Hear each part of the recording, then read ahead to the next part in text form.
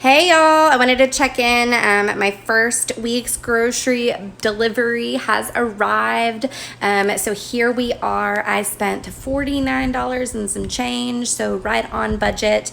I want to highlight a few of the tips that I used for this week. One of those tips is that I took inventory of my pantry before I got started. So obviously after a year of way overspending on groceries, I had a ton of stuff that could be utilized to make meals. So I had a little extra wiggle room in the budget once I did that. And so some of my meals are a little bit elaborate this week. Obviously not every week will it be like that. I'm sure after a little while when I start running out of certain staples in the pantry, I'll have to get a little more creative. But I'm going to go over really quick some of the things that I picked and how we're going to utilize them. So Lucky Charms, Milo's tea, and grape juice were non-negotiables for my family. So my kids adore Lucky Charms. And it's a quick and easy snack and breakfast, and I know it's terrible and full of sugar and it's totally processed, but it's something that they'll actually eat, which if you have picky eater kids, then you know what I'm talking about. So a lot of the meals that I'm going to make are going to be family friendly. They're going to be meals that the kids are going to love too, just because I'm so tired of making multiple meals every single week. So those were non-negotiables. My son likes grape juice that's watered down as his like juice, and so he's weird and he loves grape juice. So real quick, I'm going to run through what I got. So I had a ton of bags of beans in the cabinet, and so I got cornmeal so that I have the opportunity to do beans and cornbread at any point in time. That's actually what I'm going to make tonight.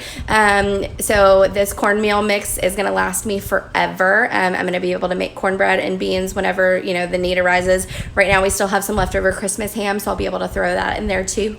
I have leftover hash browns because I bought too many for a hash brown casserole, and it's taking up like half of my freezer because those bags are gigantic. So I also have the ingredients to make a potato soup. So one of those blocks of cream cheese, some of that sour cream, that vegetable broth, all of that, as well as some of the shredded cheddar cheese is going to be going in my potato soup. To go along with the potato soup, I have this sub kit. So quick tip, this little kit right here is super cheap. So it's like $7, but it is a ton of meat. It's 28 ounces of meat, so it's almost 2 full pounds of meat. And so we're going to do smoked ham and Swiss cheese grilled sandwiches. So it's kind of like a ham and cheese grilled cheese with ham on it.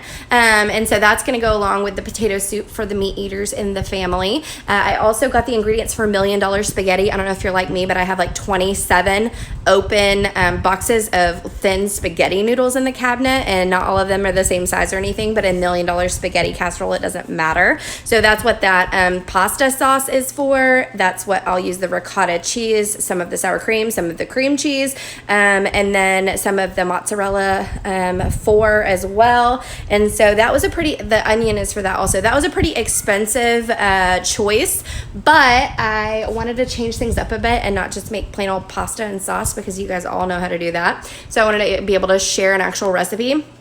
The leftover mozzarella is actually going to go with the Mama Mary's personal pizzas. So what I have pizza sauce that is just chilling, gonna go to waste in my fridge, and I need to go ahead and use it so it doesn't go to waste. So personal pizzas one night.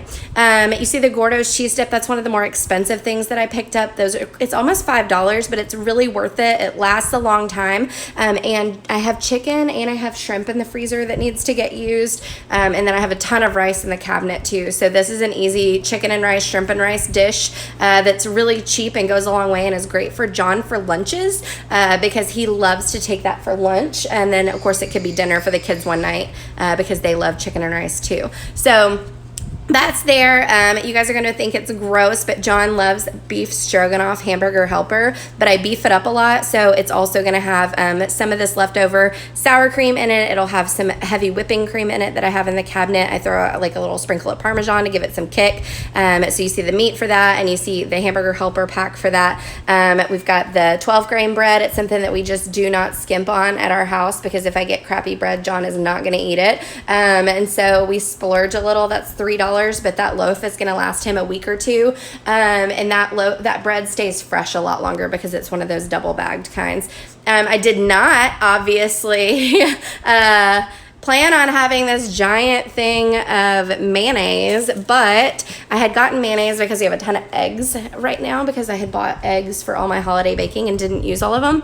And so I put the small jar in my cart and it was unavailable. So I got this giant value size, which is going to last us a while. So we're thankful for that for the same price. And so that is my quick little haul. Of course, milk, a few other little things, like I was out of Parmesan cheese. And so things will vary. You will see me make all of these meals throughout the time this week, and I'll share all the recipes with you and like the kid reviews and how things are going. So I hope you guys enjoyed coming along with me for my grocery delivery, and I can't wait to talk to you guys about all of these awesome meals we're gonna make. Good luck.